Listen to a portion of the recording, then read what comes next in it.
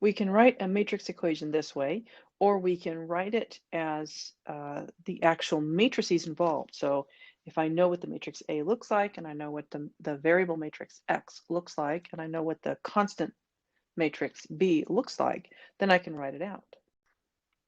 This is a very generic matrix equation where this matrix is, this big matrix here is matrix A.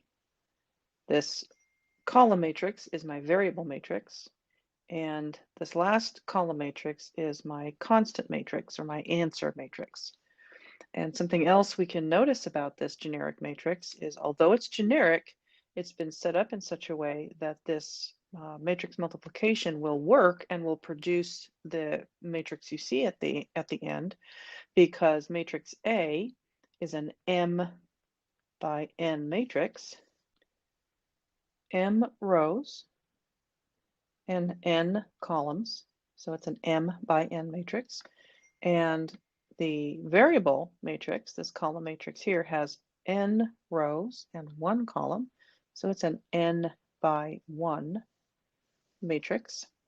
Therefore, I can do, if I knew what the entries were, I could do the matrix multiplication that you see indicated here.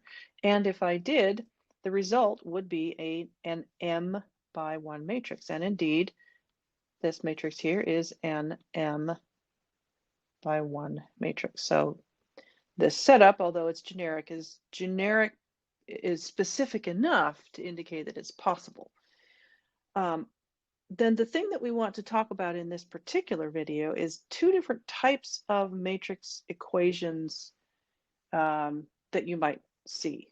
One is a homogeneous system of equations, a matrix equation that's brought about by a system of equations, and another is a non-homogeneous. So let's talk about those 2 different kinds of systems. If all of the entries in my constant matrix are zeros, if every single one of those is a 0, then we call this a homogeneous system. Or at least we say that the system from which this matrix equation came about, that system is a homogeneous system. If even one of these entries is not a 0, we'll call this one B21, then this is a non-homogeneous system.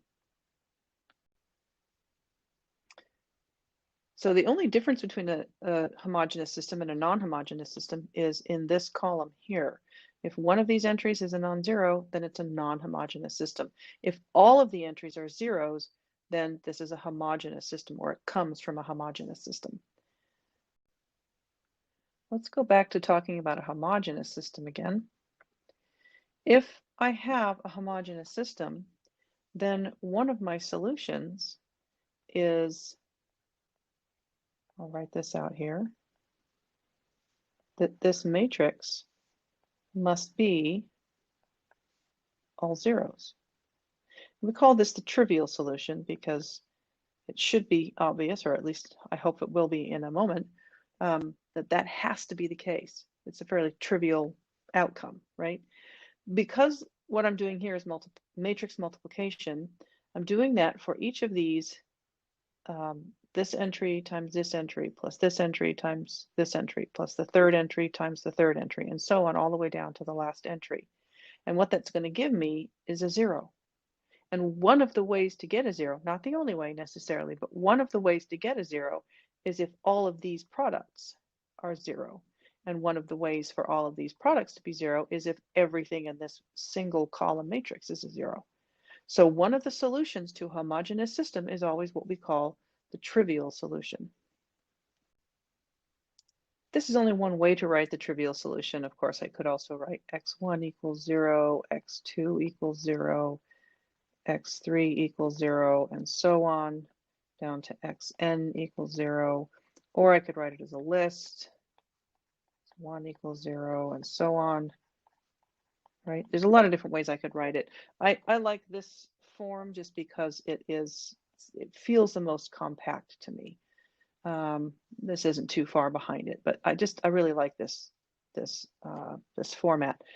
the other thing about this format is that it's consistent with what we're doing with our matrices, right? This is saying that this matrix is the zero matrix of the same dimensions.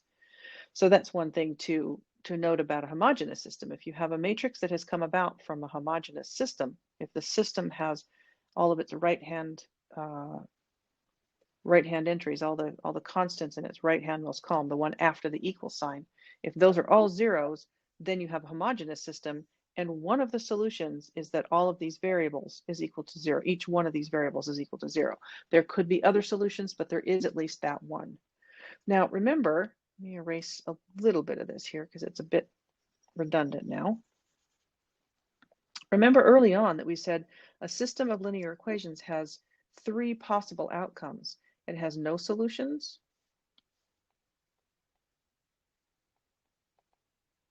it has one solution, or it has an infinite number of solutions. And since a homogeneous system will always have the trivial solution, it will always have at least one solution. So we may have more than one solution, but we have at least one. And that means that the only options for a homogeneous system are one solution or possibly infinite solution. And therefore, homogeneous systems are always consistent. Always.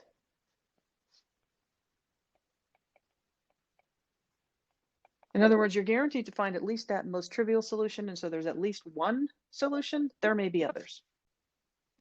So how do you know if there's only one solution or if there are infinite solutions? If there are infinite solutions, then it must be the case that the system that we are taking this matrix equation from has at least one free variable.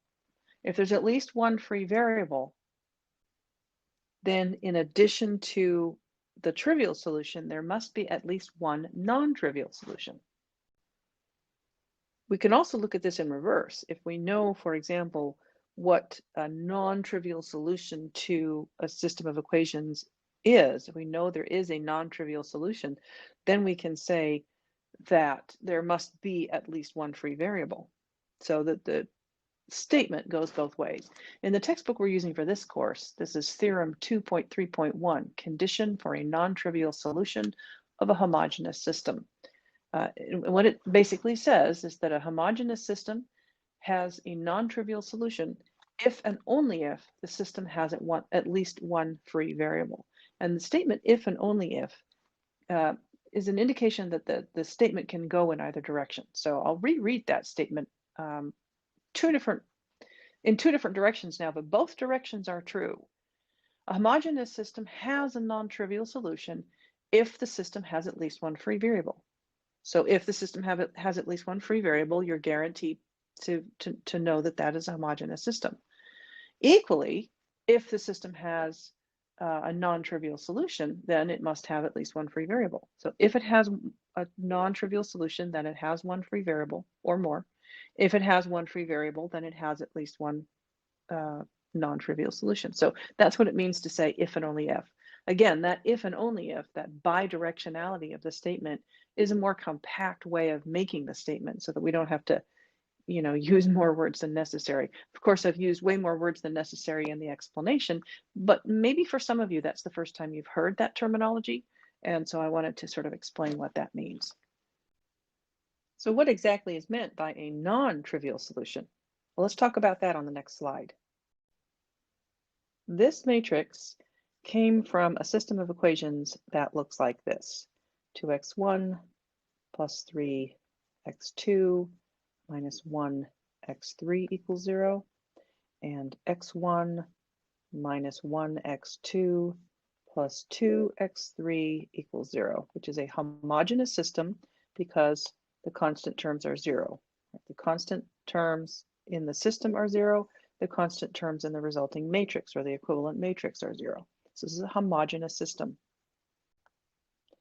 I'm going to perform elementary row operations on this matrix to put it into echelon form. And so the one thing I'll note here is that the there's already a 1 in the leftmost position, but it's in the second row. So the first thing I'm going to do is just swap rows 1 and 2. Switch row 1 with row 2, which gives me the matrix that you see here. And so now I already have a 1 where I need it for that particular pivot right here. The next thing I'll do is I'll take row 1, my new row 1. I'll multiply it by -2. I'll add that to row 2, and I'll put that in the position of row 2. Doing that with the first column is going to result in a 0 in this position, but I'll have to do it with every entry, multiply everything here by -2 and add it to everything down here. So let's do that. I have -2 times 1, that's -2, plus 2 is 0. Actually, let me write, I always do this, let me rewrite my first row. It's only row 2 that I'm changing. I'm using row 1 to make that change, but I'm only changing row 2. So -2 times 1 is -2. -2 plus 2 is 0. So that goes here. -2 times -1 is +2. +2 plus 3 is 5. So that goes there. -2 times -2 is, -2 times +2 is -4. -4 plus -1 is -5. And -2 times 0 plus 0 is still 0. And now when I look at row 2, my new row 2 here, I can see that everything in that row is divisible by 5. So I'm going to take row 2, I'm going to multiply it by 1/5, and I'm going to put that back into row 2. So I'm just scaling row 2. The reason I want to do that is because I want a 1 here, right? This is a pivot, and this is my next pivot. So I want this to be a 1. Technically, I don't need it to be a 1 because I'm in echelon form now, but I know it's going to be easier to read the results if this is a 1. So I'm going to go ahead and do this next step. So I'll rewrite my first row first. 1, -1, 2, 0. And I'll multiply each of the entries in row 2 by 1/5 and put it in its new position in row 2. So 1/5 times 0 is 0. 1/5 times 5 is 1. 1/5 times -5 is -1. And 1/5 times 0 is 0. Okay, so what I've got here now is a matrix in echelon form. It's not in reduced echelon form, but it's in echelon form. And I could then do back substitution to solve the system. But the point I want to make here is more this. This second row here is like saying 0x1 plus x2 minus x3 equals 0. And if I simplify that, I get x2 equals x3. If I do do some back substitution here, I get from my first, as it's written, my first equation, my first line here, my first row, I get x1 minus x2 plus 2x3 equals 0. And then if I do my back substitution, since x2 and x3 are the same, I can write this as x1 minus x3 plus x3. Sorry, plus 2x3 plus 2x3 equals 0, which simplifies to x1 plus x3 equals 0. And from below, I have, actually, let's subtract x3 from both sides so that I can make the point that I want to make here, minus x3. That gives me x1 equals negative x3. Now, and then I also have this x2 equals x3. Now, what you can see here is that x1 has to be defined by x3. And x2 is also defined by x3. So x3 is our free variable, which we can see because we don't have any pivots in this column. But what we were trying to do here was come up with an equation, or sorry, come up with a solution to this system. And we haven't been able to come up with a numerical solution, but what we have come up with is a solution in parametric form, although it's not really terribly easy to read yet. So let's think about it this way. Since x1 is going to depend on x3, x1 is going to be the opposite of whatever x3 is, and x2 is going to be equal to x3, and x3 is equal to x3, then we can write this solution in the form x1, x2, x3, that's my variable matrix, is equal to some multiple of x3. Specifically, x1 is going to be equal to -1 times x3, x2 will be equal to 1 times x3, and x3, of course, is equal to x3. And this is a non-trivial solution. Not only is it non-trivial, not all of the not all of the variables are 0, but it shows us in a very compact form that there are infinite solutions to this matrix, to this sort of solution set, one value for each x1, x2, and x3, that correspond to an infinite number of possible inputs for x3. I can choose x3 to be 5, and then this matrix will have the values -5, 5, 5. If x3 is pi, then this matrix will have the values -pi, pi, and pi, and so on. And so there are infinite solutions in this parametric solution. Now what I want to do is take a look at a very similar solution, a very similar system to this one here, but instead of zeros, I'm going to have some other numbers in those positions. And so the system that I'll be working from is a non-homogeneous system, but I'm going to make the left-hand side of the system the same. And the reason I want to do that is I want to draw a relationship or show you what a relationship between systems of equations that are identical except for whatever's in this rightmost column. Now, I haven't chosen to write this system in the form that we've been using for matrix equations, but we're trying to just get around to all the various vocabulary here and some of the relationships, some of the phenomena that are happening. So we'll come back together and pull all of that back together again in a future video. But for right now, I'm going to go to another slide and I'm going to redo this problem, but instead of zeros here, I'll have some other numbers. Okay, so this is the same augmented matrix as we were working in the previous slide, except that this column was zeros in the previous slide. So I'm going to do elementary row operations again on this matrix and get it into the form, get it into echelon form. I'll be able to do the same operations, but I can't just recopy the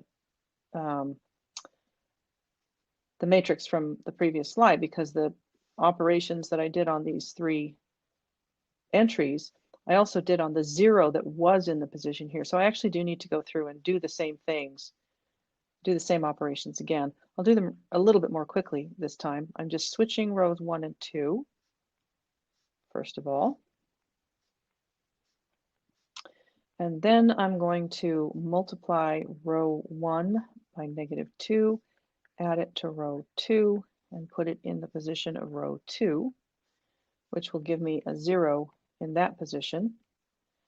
That's going to be 1, -1, 2, 2, because I'm not changing row 1. I'm just going to use it to change row 2. Multiplying -2 times 1 and adding it to 2 gives me 0. Multiplying -2 times -1 and adding it to 3 gives me -2. 2 plus 3 is 5. -2 times 2 is -4, plus -1 is -5. And here's the difference. 2 times -2 plus -1 is -5. In the previous video here we had, or the previous slide rather, we had a 0 there. So then the next one, I'm going to scale row 2 by 1/5 and make that my new row 2. So once again, row 1 hasn't changed.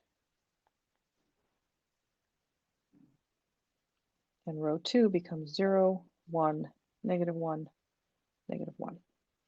So this matrix is now, again, as in the previous slide, in echelon form, and I can use various different techniques, back substitution or something, to figure out what the solutions to this system are. Again, using back substitution, I'm actually going to go up here. Using back substitution, I get from my second row x2 minus x3 equals not 0 this time, but -1. But I'm still going to take the same approach to solving this. I'm going to add x3 to both sides. And I get x2 is equal to x3 minus 1. I could also write that as -1 plus x3, but I'm going to do it this way. All right, now from row 1, we have x1 minus x2 plus 2x3 equals 2. But now I know another way to write x2. So I'm going to substitute that x2 in here. And that gives me x1 minus, my new way of writing x2 is x3 minus 1 plus 2x3 equals 2. Combining like terms, I get x3. Actually, let's go ahead and distribute. x1 minus x3 plus 1 plus 2x3 equals 2.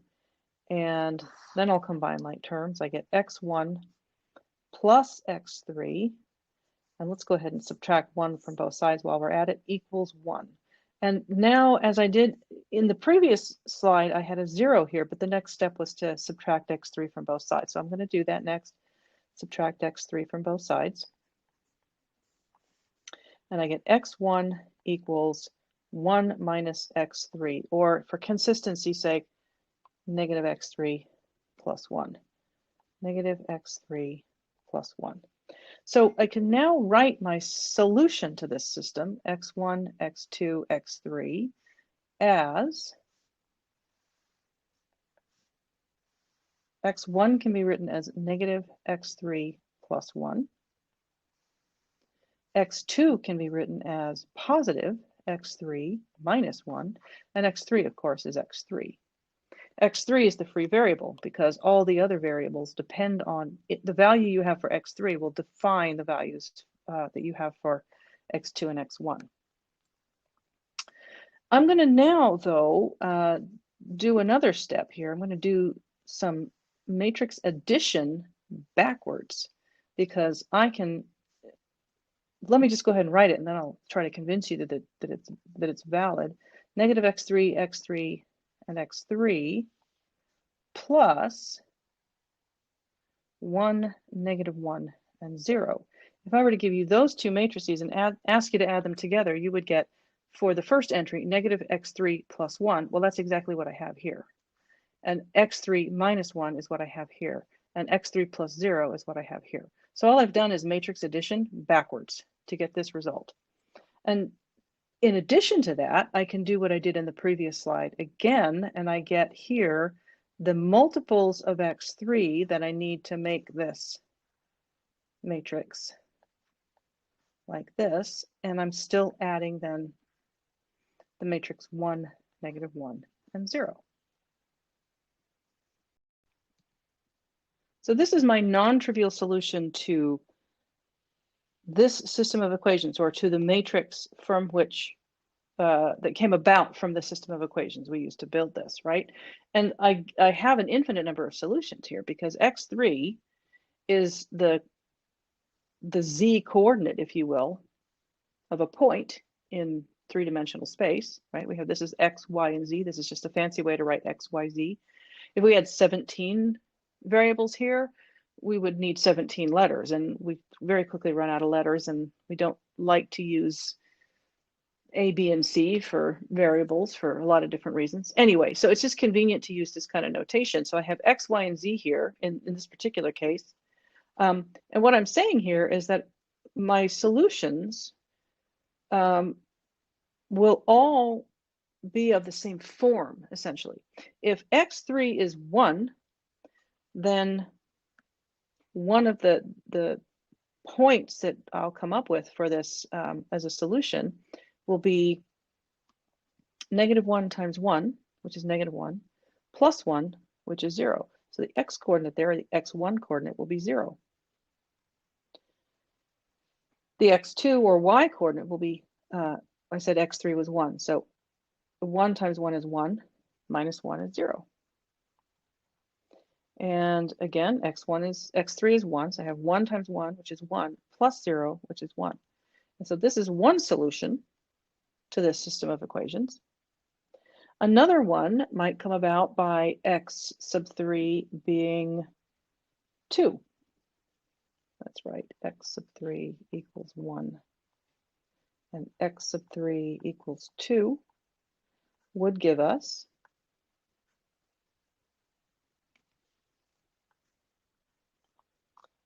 I would have 2 times -1, which is -2.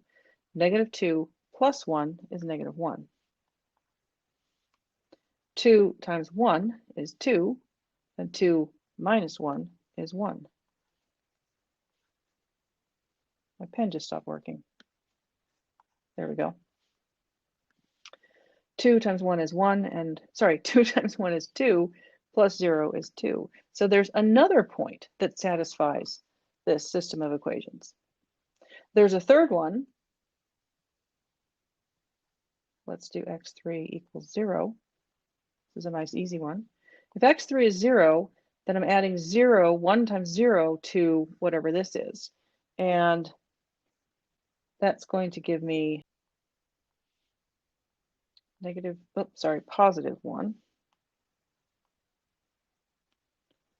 Positive 1, -1, 0. Because if x3 is 0, then I have 0 plus 1, 0 minus 1, and 0 plus 0. 1 minus 1, 0.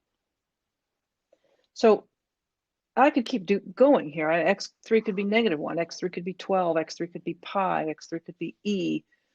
There are an infinite number of solutions here, and I don't want to have to write them all out. I can't write them all out, right? So what we've done here is to write all of those solutions in a concise way. All we've said here is, depending on what x3 is, your solutions will take this form. They'll be whatever this number is times -1 plus 1. Whatever this number is for your second entry, whatever this number is, that number times 1 plus -1. And whatever this entry is, plus 0. Those are all the solutions in a very concise format. The other thing I want to show you, though, or want to point out here, is that our solution here is exactly like the one on the previous screen, which was -1, 1, 1 times x3, except that it's got this additional matrix added to it, this additional column matrix added to it.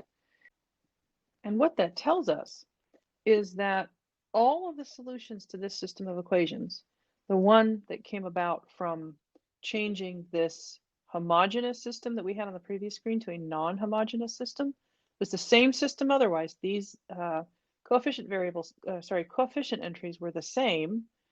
What changed was the constant values, right? These were zeros on the previous screen, and we came up with this -1, 1, 1 times x3. On this screen, we changed these to non-zero values, and we came up with -1, 1 times x3 again, but plus this other matrix here. So the solutions to this system, this non-homogeneous system, are exactly like the solution to the homogeneous system, but offset. I'm going to do one more slide on this one because I want to write out the solution that we came up with, the final solution in the kind of in its final form. And then I want to use that to show you something else. Okay, what I'm about to tell you is something of a mnemonic. It's not really strictly speaking true because we're working in 3 dimensions here, right? I may have, let's see if I can quickly sketch out what a line in R3 looks like. I might have to go out X over Y and up Z to get to a point on that line. A different point might be out X, out Z, sorry, out Y and up Z, for example. So I'm kind of in, I'm actually in 3 dimensions here. So this mnemonic isn't strictly speaking true, but I find it very helpful. What I have got here is kind of the generic answer to the problem that I'm trying to solve. So I'm going to call that Y. I've got a generic input value, so I'm going to call that X. I've got something that I'm going to multiply by X. It changes depending on where I am in the system, where I am in space. But I'm going to multiply something by X. And so I'm going to call that M. Can you see where I'm going yet? And I've got this offset, and I'm going to call that B.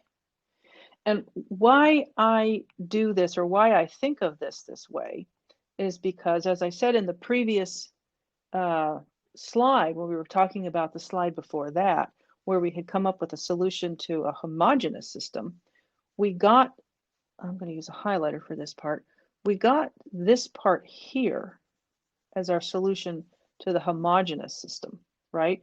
And this extra piece here, this offset, came from solving the same system, but with non-zero constants in the constant column, in the constant matrix. So it was the same system otherwise, but it was homogeneous, sorry, it was non-homogeneous because we added values to the constants that were non-zero. And in the case that you have in R2, a line that goes to the origin, we say that B equals 0. But this another line, any other line with the same slope is going to be parallel. It's going to have a different B value, but everything else about the line is the same. And that is effectively what's going on here. By solving the homogeneous system, I've come up with a solution to the system of equations. By solving the non-homogeneous system with the same coefficient matrix, I've come up with another line parallel to it. This is what Theorem 2.3.2 is trying to tell you. It's a really roundabout, kind of very differently worded way of expressing it. But that's essentially what's in Theorem 3.2, which says that a system of equations is, if a system of equations is consistent and you have a column matrix that's a particular solution to the system, they give the column matrix P1, P2 through Pn. That's a particular solution. If that's the case, then every solution to the system can be written as that P1 through Pn column matrix plus another column matrix, which is the solution to the homogeneous system.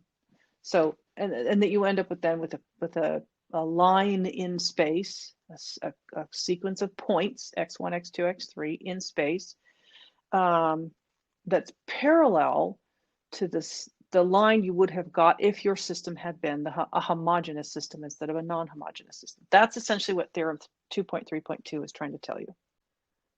So this has been a pretty long video for a relatively straightforward concept, but we're going to be building off of this. So I think it's important that we take the time to make sure we understand it now. I'll see you in the next one.